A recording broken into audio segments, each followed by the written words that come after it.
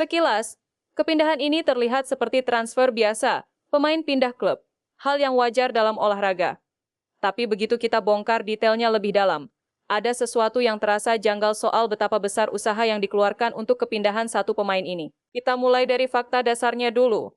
Rabu, 22 Januari 2025, Red Sparks mengalahkan Hyundai Construction Hillstate 3-2 dalam laga 5 set. 21-25, 29-17, 25-18, 15-13. Ini kemenangan ke-12 beruntun bagi Red Sparks, dengan Megawati Hangestri mencetak 38 poin, tertinggi di pertandingan itu. Vanja Bukilik menyusul dengan 31 poin. Oh Hee-jin, pelatih Red Sparks, memuji habis performa itu. Mega adalah pemain yang hebat, katanya. Dia memiliki rasa tanggung jawab yang kuat dan tidak pernah menunjukkan tanda-tanda kesulitan.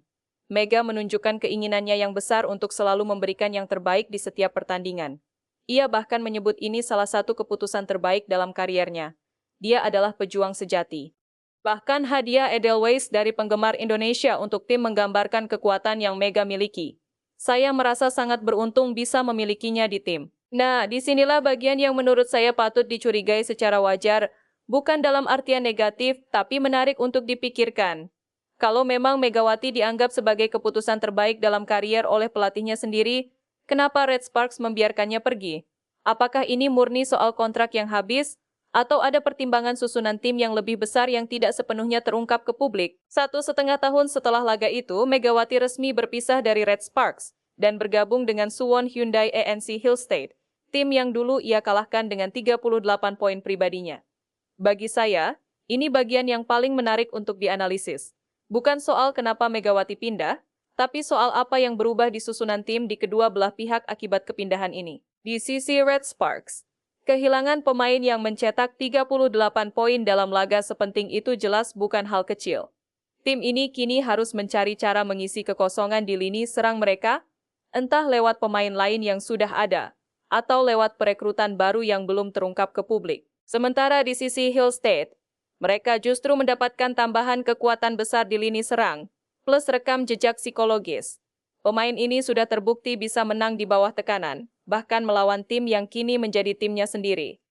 Keseriusan Hillstate ditunjukkan lewat langkah konkret.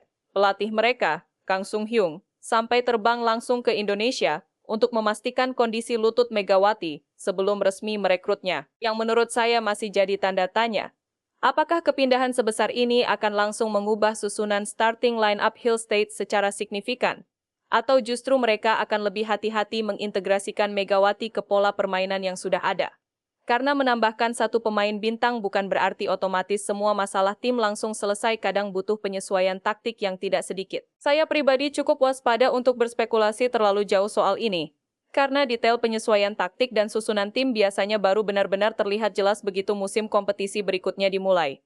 Tapi yang pasti, dari sisi Red Sparks, kehilangan kontributor 38 poin dalam satu laga penting itu bukan sesuatu yang bisa dianggap remeh terhadap susunan tim mereka ke depan. Ironisnya, pujian yang dulu diucapkan Ko Hee-jin dengan penuh syukur, sekarang justru jadi bagian dari sejarah tim yang harus menata ulang susunan mereka tanpa kontribusi pemain yang katanya keputusan terbaik dalam karier itu.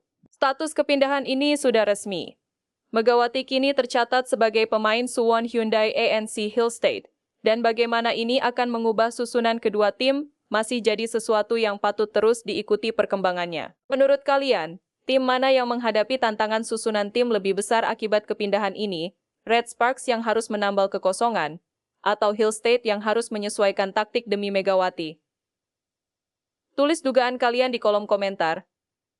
Menurut kalian, bagaimana susunan tim masing-masing klub akan berubah di kompetisi berikutnya?